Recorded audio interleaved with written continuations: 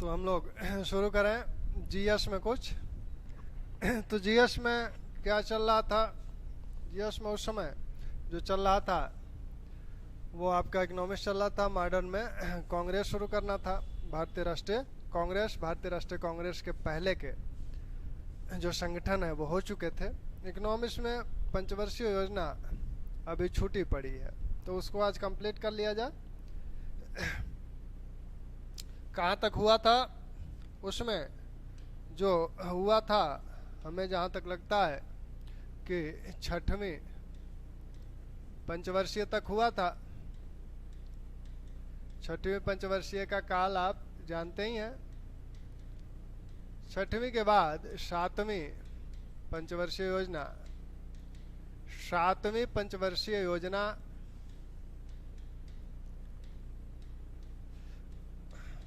85 से 90। सातवीं पंचवर्षीय योजना 85 से 90 चलती है और इस पंचवर्षीय योजना में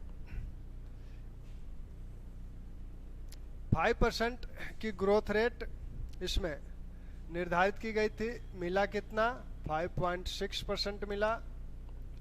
और आप यह मॉडल कौन सा है? मॉडल है वस्तु मजदूरी मॉडल।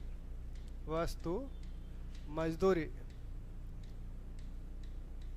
मॉडल इस योजना का है। इस योजना का प्रमुख उद्देश्य जो है वो आधुनिकीकरण है।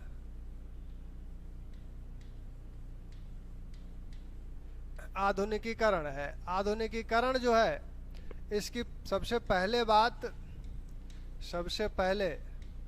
इसकी बात छठवीं पंचवर्षीय योजना में हुई थी, लेकिन सातवीं में यह प्रमुख उद्देश्य बना। और इसी योजना की एक खासियत और है कि इसमें उदारीकरण की बात की गई। उदारीकरण को धीरे धीरे शुरू किया गया। तो उदारीकरण यहाँ धीरे धीरे शुरू हो रहा है। वो कैसे शुरू हो रहा है? शुरू किया गया। अब यह कैसे धीरे धीरे शुरू हो रहा है उसको देखिए। एमआरटीपी एक्ट आपने देखा था कि एमआरटीपी एक्ट 1969 में लागू किया गया था। इस एक्ट के तहत और जो उद्योगपति हैं, उद्योगपतियों के उद्योगों या औद्योगिक क्षेत्रों पर एकाधिकार से रोका गया था। तो इसके तहत उन्हें एकाधिकार से रोका गया था, यानी कुछ ही लोगों के पास पूंजी एकत्रित न हो एक ही क्षेत्र पर। कुछ ही 2-4 उद्योगपतियों का ही वर्चस्व न कायम हो जाए, जिससे कि प्रतिस्पर्धा नहीं रहेगी। तो इसलिए इसे रोका गया था। इसमें कहा गया था कि 20 करोड़ से अधिक का निवेश करने पर क्या करना होगा? निवेश करने पर सरकार से अनुमति लेनी होगी। सरकार से अनुमति लेनी होती थी। अब सातवीं पंचवर्षीय योजना में क्या किया गया? 85 में कहा गया कि इसको बढ़ाकर 100 को बढ़ाकर 20 को बढ़ाकर 100 करोड़ कर दिया गया, यानी इसे और उदार बनाया गया। यानी उद्योगपतियों को थोड़ा सा और निवेश करने को फ्री किया गया, स्वतंत्र किया गया। तो ये 100 करोड़ किया गया। साथ में ये कहा गया कि शून्य उद्योग वाले जिलों में यानी जो पिछड़े जिले हैं औद्योगिक रूप से, वहाँ ये भी सीमा नहीं रहेगी। तो वहाँ इस सीमा को भी समाप्त कर दिया गया। तो इस प्रकार उदारीकरण जो कि 1991 में भारत अपनाता है, उसकी पहली वानगी इसी सातवीं पंचवर्षीय योजना में मिल गई थी। इस सातवीं पंचवर्षीय योजना तक की जो ग्रोथ रेट है भारत की, वो एवरेज जो है 3 से 3.5% की है। 3 से 3.5% की एवरेज ग्रोथ रेट देखने को मिलती है। तो प्रोफेसर राजकृष्ण ने इस ग्रोथ रेट को देखकर, जो इस ग्रोथ रेट यानी कम ग्रोथ रेट है, 3 से 3.5% है, तो इस ग्रोथ रेट को देखकर वे क्या करते हैं कि इस ग्रोथ रेट को देखकर प्रोफेसर राजकृष्ण व्यंग करते हैं और कहते हैं कि ये क्या ग्रोथ रेट है, कौन सा, उसको नाम देते हैं Hindu growth rate. Hindu growth rate इसे कहते हैं। इस 3-3.5% की मिनिमम का जो कम ग्रोथ रेट है उस पर व्यंग करते हुए कहते हैं कि यह हिंदू ग्रोथ रेट है। तो हिंदू ग्रोथ रेट इसे नाम देते हैं। आगे चलकर अरुण शौरी इस ग्रोथ रेट को समाजवादी ग्रोथ रेट नाम देते हैं। इस ग्रोथ रेट को अरुण शौरी समाजवादी ग्रोथ रेट नाम देते हैं। तो इस पंचवर्षीय योजना में ही प्रोफेसर राजकृष्ण ने हिंदू ग्रोथ रेट कहा था। अब तक की जो पंचवर्षीय योजनाएं थी उनका जो एवरेज ग्रोथ रेट था वो 3 से 3.5% था, उसी को उन्होंने हिंदू ग्रोथ रेट कहा। अगर कहा जाए कि हिंदू ग्रोथ रेट, भारतीय ग्रोथ रेट को किसने संज्ञा दी थी, तो प्रोफेसर राजकृष्ण हैं, और अरुण शौरी ने इसे समाजवादी ग्रोथ रेट नाम दिया था, समाजवादी ग्रोथ रेट कहा था। तो समाजवादी ग्रोथ रेट किसने कहा, अरुण शौरी ने कहा, और हिंदू ग्रोथ रेट किसने कहा, तो प्रोफेसर राजकृष्ण ने कहा। अब यह जो काल है 7वीं पंचवर्षीय योजना का 85 से 90 का काल है। इसी काल में 1888 में सेबी का गठन होता, 1988 में सेबी का गठन होता है स्टॉक एक्सचेंज पर नियंत्रण स्थापित करने के लिए, और उसकी नियामकीय संस्था सेबी है। इसी 1888 में ही 1886 में करपाट की योजना चली। इसी 1885 में आपकी 1989 में आपकी JRY जवाहर रोजगार योजना चली। इसी में 1986 में इंदिरा आवास योजना को 85-86 में इंदिरा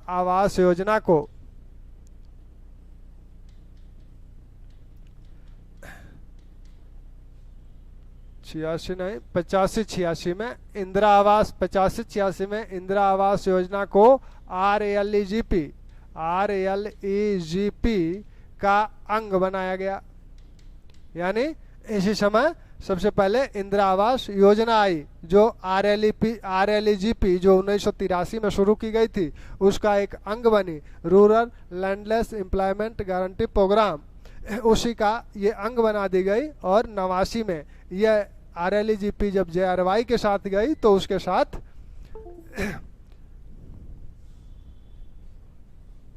कहाँ से, अच्छा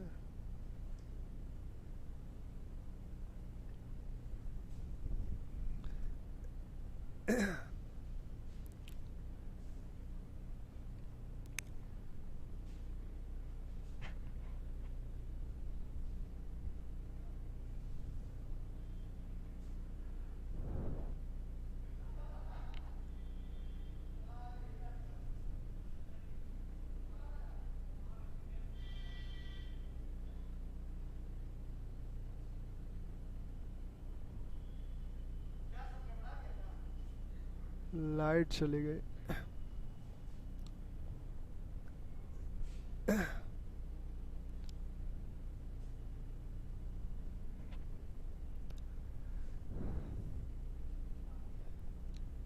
आंधी आ गई, हाँ हो गया, चलो। हाँ, तो क्या कहा जा रहा था कि 7वीं पंचवर्षीय योजना में ही इंदिरा आवास योजना 1985 इंदिरा आवास योजना को RLEGP का अंग बनाया गया। RLEGP जब 89 में JRY के साथ गई, RLEGP जब 1989 में GRY के साथ गई, यानी GRY की पहली बार शुरुआत 89 में हुई, RLEGP को GRY में लाया गया, तो इस तरह से GRY में इंदिरा आवास योजना भी चली गई। बाद में चल के इसको अलग किया जाता है। तो ये आपकी 7वीं पंचवर्षीय योजना रही। 8वीं पंचवर्षीय योजना, 8वीं पंचवर्षीय योजना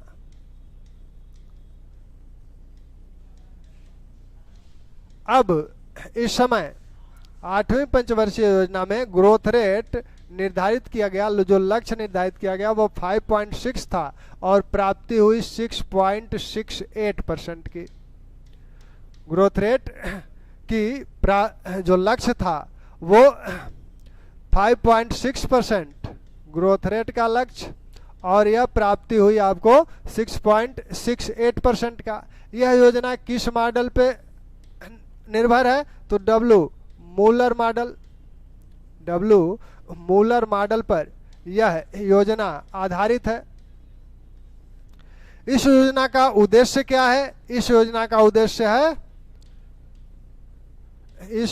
उद्देश्य है मानव विकास, मानव संसाधन विकास या मानव विकास। मानव संसाधन विकास इस योजना का उद्देश्य है। तो 8वीं पंचवर्षीय योजना का उद्देश्य बार बार पूछा जाता है कि मानव संसाधन विकास किस योजना का प्रमुख उद्देश्य है, तो वह 8वीं पंचवर्षीय योजना का प्रमुख उद्देश्य है। और इस योजना में मानव विकास के लिए क्या क्या कार्य किए गए? इस योजना का काल क्या है? 1992 से 97। अभी आपने 7वीं योजना देखी 1985 से 90, 2 साल का गैप यहाँ हो गया। 2 वर्ष का गैप का कारण पहले चर्चा हो चुकी है कि 1990-91 में एक वार्षिक योजना चली, फिर 1991-92 में एक वार्षिक योजना चली। इस वार्षिक योजना चलाने के कारण क्या थे? कारण ये थे कि उस समय भारतीय जो विदेशी मुद्रा भंडार था वह इतना कम हो गया था, लगभग 15 दिन के खर्चे भर का बचा था, क्योंकि हमारे जो भी ऋण थे उन ऋण पे ब्याज चुकाना है, समय से उन्हें चुकाना है, साथ में हमारे जो दूतावास हैं विदेशों में उनके अपने खर्च हैं। तो इन सब खर्चों का वहन सिर्फ 15 दिन तक हो सकता था। तो ऐसे में हमें सोना गिरवी रखना पड़ा था, फिर विदेशी मुद्रा मंगानी पड़ी थी। तो उसकी बात हम लोग चलेंगे आगे, तो उसकी बात करेंगे। फिलहाल इतना जानिए कि 90-91 में इसी कारण से यह पंचवर्षीय योजना नहीं शुरू हो पाई थी और 2 वार्षिक योजनाएं चली थी इस दौरान। फिर 8वीं पंचवर्षीय योजना को 92 से 97 में चलाया गया। मानव संसाधन विकास के लिए क्या कार्य किए जा रहे हैं? इस योजना के दौरान ही सिर पर मैला ढोने को पूर्णतः प्रतिबंधित किया गया। सिर पर मैला ढोने को पूर्णतः प्रतिबंधित किया गया। और इसी योजना में मानव विकास करना है। मानव विकास कैसे होगा? बिना स्वास्थ्य सुविधाएं और शिक्षा की सुविधाओं के मानव संसाधन का विकास नहीं हो सकता। तो शिक्षा पे ध्यान दिया गया। प्राथमिक शिक्षा को सार्वभौमिक किया गया। प्राथमिक शिक्षा का सार्वभौमिकरण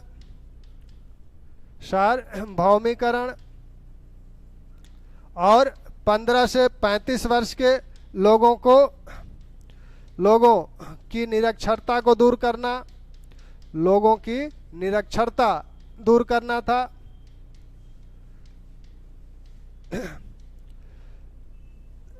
अब 92 से 97 के बीच जो योजनाएं चली, कुछ मुख्य योजनाओं को आप देख लीजिए। यहीं पर प्रधानमंत्री रोजगार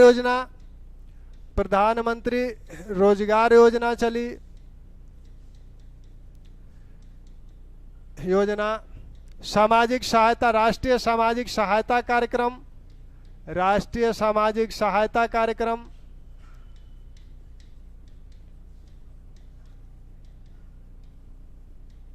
तो ये कुछ महत्वपूर्ण योजनाएं हैं। इनकी बात आगे योजनाओं में, इसके बाद जो टॉपिक होगा पंचवर्षीय योजनाओं के बाद, उसमें इन्हीं योजनाओं की बात होनी है। तो 8वीं पंचवर्षीय योजना के जो मुख्य तथ्य हैं वो क्या हैं? मुख्य तथ्य ये हैं कि डब्ल्यू मूलर मॉडल पर आधारित पंचवर्षीय योजना है। उद्देश्य है मानव संसाधन विकास। सिर पर मैला ढोलने को पूर्णतः प्रतिबंधित किया जाता है। प्राथमिक शिक्षा का सार्वभौमिकरण, 15 से 35 वर्ष के लोगों को की निरक्षरता को समाप्त करना इस योजना के प्रमुख ध्येय रहे हैं, उद्देश्य रहे हैं। जो प्रमुख योजनाएं चली, प्रधानमंत्री रोजगार योजना, राष्ट्रीय सामाजिक सहायता कार्यक्रम, इसमें कई योजनाएं चली, वृद्धावस्था पेंशन वगैरह सब इसी में है। अब हम लोग 9वीं पंचवर्षीय योजना को अगर देखें तो 9वीं पंचवर्षीय योजना, अच्छा एक बात और, इस 8वीं पंचवर्षीय योजना में ध्यान दीजिएगा। ये 8वीं पंचवर्षीय योजना जो चल रही है, काल क्या है, 92 से 97। अभी हमने कहा कि 1991 में भारत ने क्या किया, उदारीकरण को अपनाया। 1991 में भारत ने एलपीजी को अपनाया, लिबरलाइजेशन, प्राइवेटाइजेशन और ग्लोबलाइजेशन। उदारीकरण, निजीकरण और वैश्वीकरण की अवधारणा को भारत ने इसी समय अपनाया। हालांकि यह वार्षिक योजना के दौरान अपनाया गया था, क्योंकि ये 91 में है, तो 8वीं पंचवर्षीय योजना के पहले ही 91 में उस समय वित्त मंत्री मनमोहन सिंह जी हुआ करते थे और प्रधानमंत्री पीवी नरसिम्हा राव, उनके काल में भारत ने उदारीकरण को अपनाया और इस योजना में उस उदारीकरण को लागू करने का प्रयास किया गया। और यह जो योजना है, इसमें क्या किया गया कि यह अब निर्देशात्मक योजना बन गई। तो निर्देशात्मक योजना कब से चली, निर्देशात्मक योजना भारत में जो अपनाई गई, यहाँ से अपनाई गई, यानी जो केंद्रीकृत योजना है वो भी अब क्या हो गई, विकेंद्रीकृत हो गई। केंद्रीकृत योजना भी अब किस में बदल गई, विकेंद्रीकृत योजना में। ठीक, तो ये सब 8वीं पंचवर्षीय योजना में ही हो रहा है। आगे हम लोग देखेंगे कि भारत में सबसे ज्यादा कृषि की ग्रोथ रेट इसी 8वीं पंचवर्षीय योजना में मिली है। अब तक भारत में कृषि की ग्रोथ रेट जो है वो 4.56% इसी योजना में मिली हुई है। अभी बात करेंगे कि किस योजना में सर्वाधिक मिली और किस में सबसे कम मिली। अब आया जा 9वीं पंचवर्षीय योजना। तो 9वीं पंचवर्षीय योजना जो है, पंचवर्षीय योजना, इसका काल है 1997 से 2002।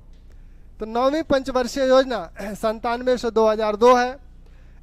इसका जो मॉडल है वो आगत निर्गत मॉडल है, आगत निर्गत मॉडल है।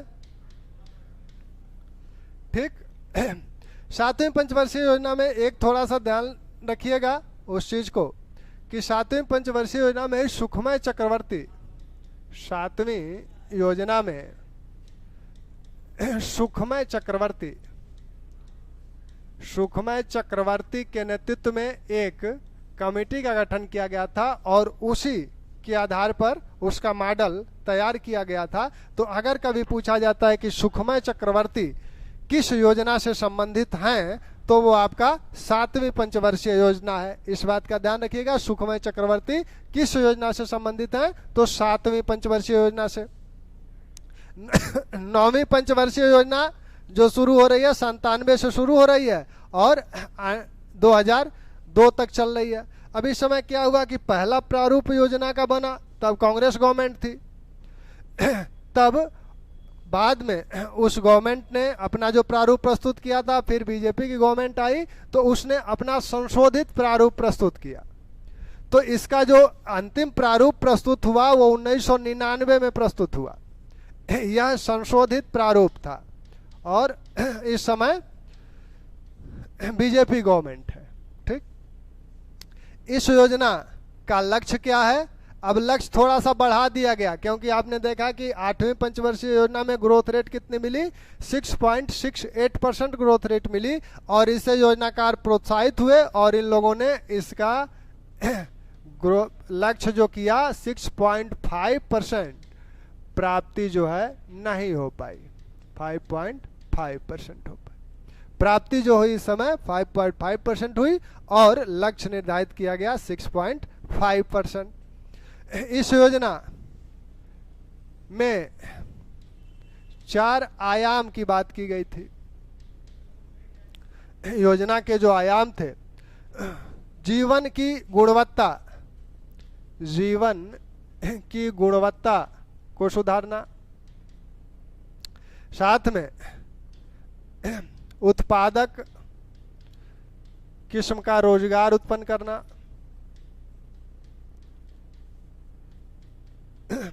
उत्पादक किस्म का रोजगार उत्पन्न करना, साथ में यहाँ पर ऊर्जा पर भी बल दिया जा रहा है। तो इस योजना में उत्पादक किस्म के रोजगार और जीवन की गुणवत्ता के साथ आपके ऊर्जा पर भी ध्यान दिया गया। हालांकि ऊर्जा लगभग सभी योजनाओं में प्रमुख परिव्यय का प्रमुख क्षेत्र रहा है। 12वीं पंचवर्षीय योजना में रह रहा है। 12वीं पंचवर्षीय योजना में सबसे ज्यादा धन खर्च हुआ वो सामाजिक क्षेत्र पे हुआ, सामाजिक सेवाओं पे हुआ। इस योजना में ही क्या कहा गया कि अगले 10 वर्ष में हमें क्या करना है, खाद्यान्न को दुगुना करना है। अगले 10 वर्ष में खाद्यान्न उत्पादन दुगुना करना है। और इसी में कहा गया कि एक राष्ट्रीय जल नीति होनी चाहिए। राष्ट्रीय जल नीति बनाने की बात इसी पंचवर्षीय योजना में किया जाता है। तो ये आपकी 9वीं पंचवर्षीय योजना, 9वीं पंचवर्षीय योजना से संबंधित जो विभिन्न योजनाएं चलाई गई उन योजनाओं को बाद में बात होगी। फिर भी ध्यान रखिए 1999 में आपकी चली स्वर्ण जयंती ग्राम स्वरोजगार योजना, और इसी समय आपकी 2000 में प्रधानमंत्री ग्रामोदय योजना, ऐसे ही अंत्योदय योजना, 1999 में अन्नपूर्णा योजना। तो यहाँ आप लिख सकते हैं स्वर्ण जयंती ग्राम स्वरोजगार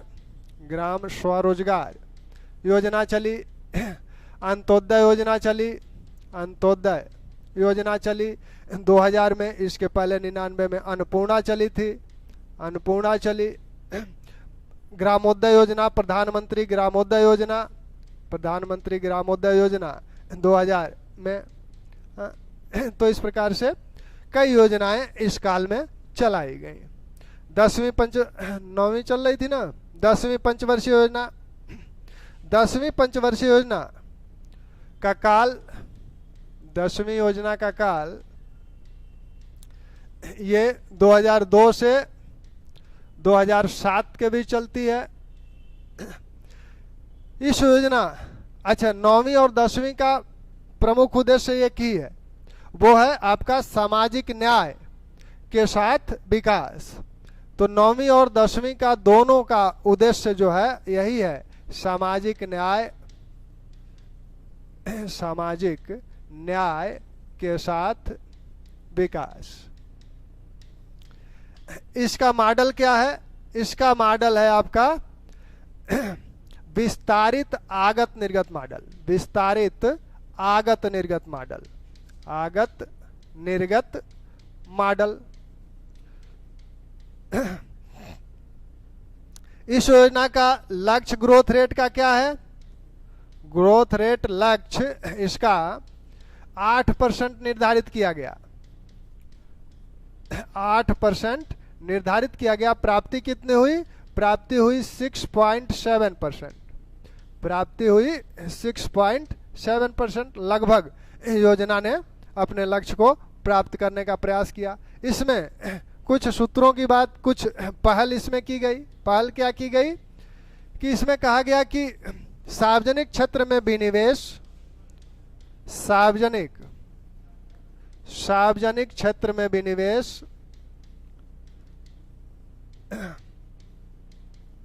को बढ़ावा देना, साथ में ऊर्जा सुधार, केंद्र और राज्य के वित्तीय घाटे को नियंत्रित करना,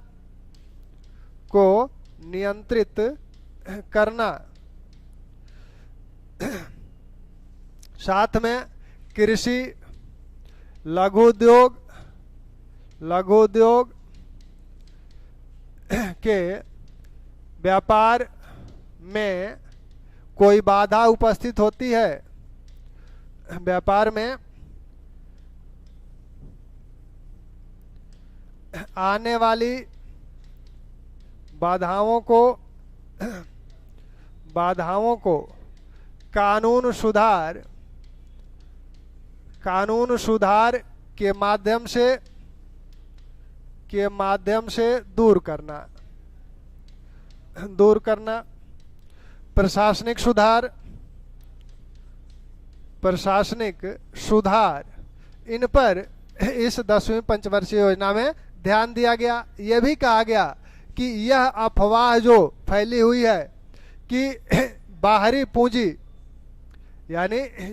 पूंजी हमारे देश के उद्योगों के लिए हानिकारक है, यह जो भ्रम है इसको भी दूर करना है। यानी जो हमारी एफडीआई है या बाहरी पूंजी है वह देश के उद्योगों को नुकसान नहीं पहुंचाती है। यह ऐसा नहीं है कि ये राष्ट्रहित में नहीं है। इस भ्रम को भी इस योजना में दूर करना था। 11वीं पंचवर्षीय योजना आपकी कब से कब तक चलेगी? 11वीं पंचवर्षीय योजना 2007 से 12 तक चलेगी।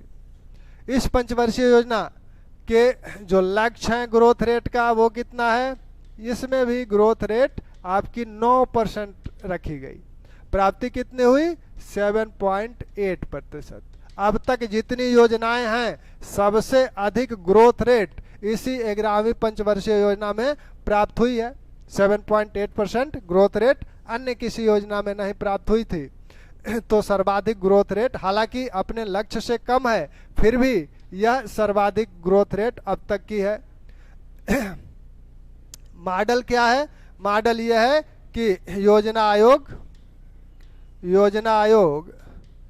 के निर्देश पत्र पर आधारित है। योजना आयोग के निर्देश पत्र पर आधारित है। और इस योजना में क्या कहा गया? इस योजना में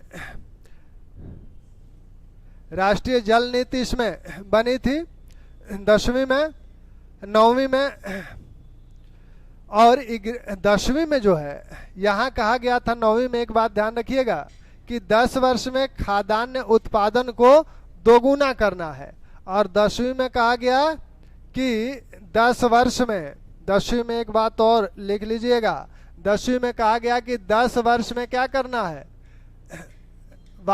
जो प्रति व्यक्ति आय है, आय को दुगुना करना है। तो 10वीं में आय को दुगुना करने की बात कही गई थी, 9वीं में खाद्यान्न उत्पादन को दुगुना करने की बात कही गई। 11वीं पंचवर्षीय योजना जो आपकी है वह 7 से 12 के बीच चलती है। ग्रोथ रेट का लक्ष्य इतना है, प्राप्ति इतनी हो रही है और योजना आयोग के निर्देश पत्र पर आधारित है।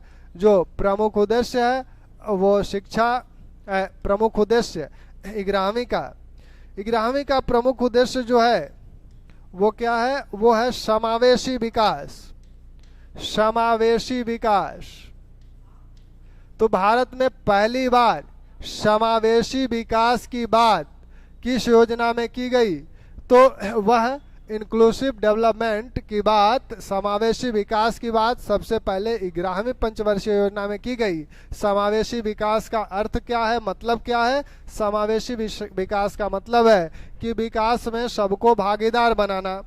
यानी विकास में जितने अगर उपेक्षित वर्ग है वह भी विकास के लाभ को प्राप्त कर सके, इसलिए समावेशी विकास की अवधारणा या कल्पना इसमें लाई गई। शिक्षा, स्वास्थ्य,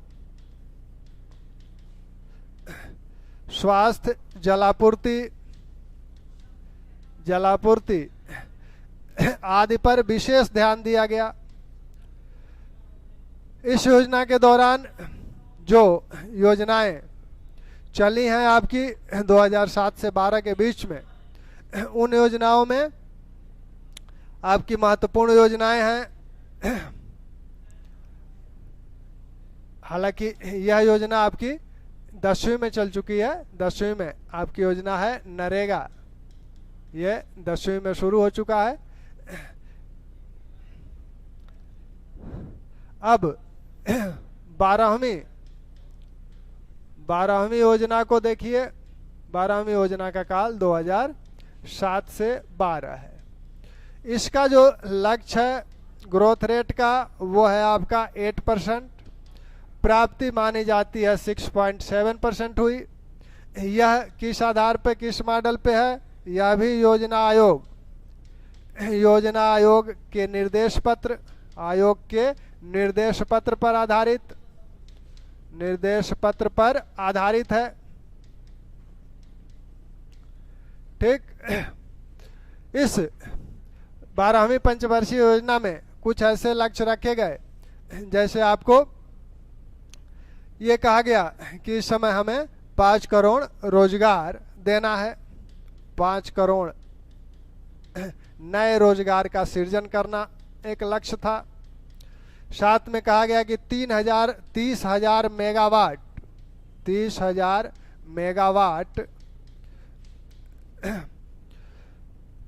मेगावाट न्यू जो रिन्यूएबल एनर्जी है, न्यू रिन्यूएबल एनर्जी, ऊर्जा या एनर्जी का उत्पादन करना है। यानी जो आपकी सौर ऊर्जा है, पवन ऊर्जा है, इनका उत्पादन 30,000 मेगावाट का लक्ष्य रखा गया। साथ में यह कहा गया कि आपको 2005 में जो कार्बन उत्सर्जन जितना 2005 में होता था उसका 20 से 25% कम किया जाएगा। कब तक?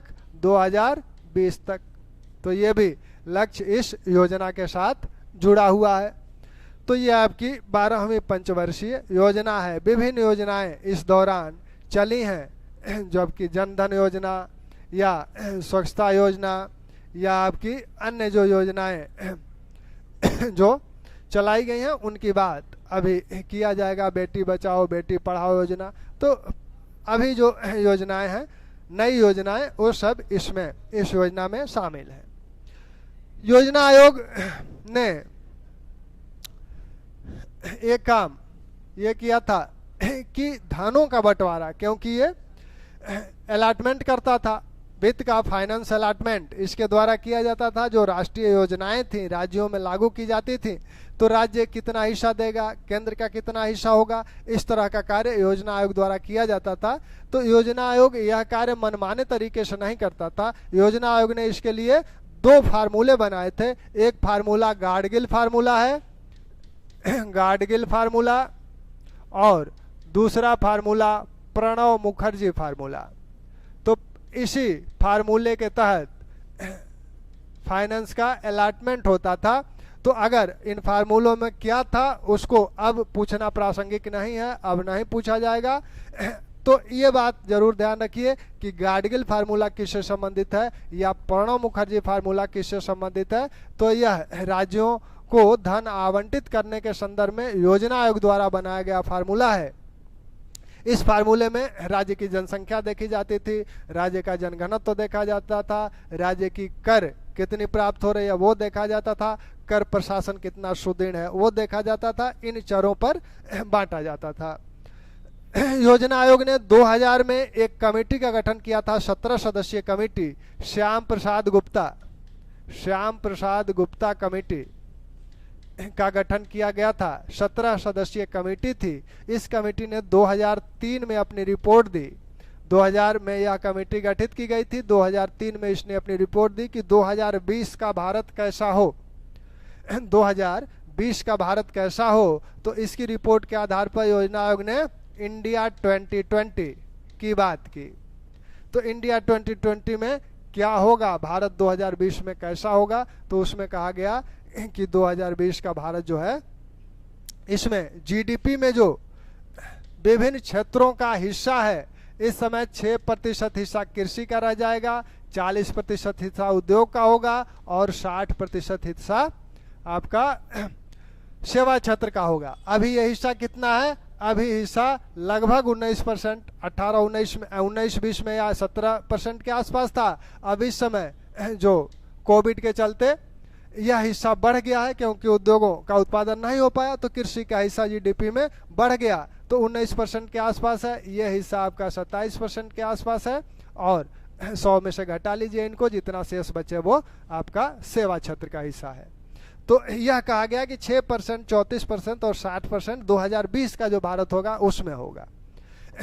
अन्य लक्ष्य भी निर्धारित किए गए कि 100% साक्षरता प्राप्त कर लेनी है। जो लोगों की आय है, लोगों की आय को 2020 में 4 गुना कर देना है। 2020 तक आय कितनी हो जाए? 4 गुना कर देनी है। तो इस प्रकार के 2020 के लक्ष्य रखे गए। तो हम लोगों ने योजना से संबंधित जितने प्रश्न आपके बनेंगे वो सारी बातें हो गई पंचवर्षीय योजनाओं से संबंधित। अब इसके बाद हम लोग योजनाओं, जो गरीबी और बेरोजगारी निवारण योजनाएं हैं या अन्य योजनाएं हैं, उनकी बात 1-2 लेक्चर में पूरा कर लेंगे। ठीक, चलिए पढ़ते रहिए, मस्त रहिए। धन्यवाद।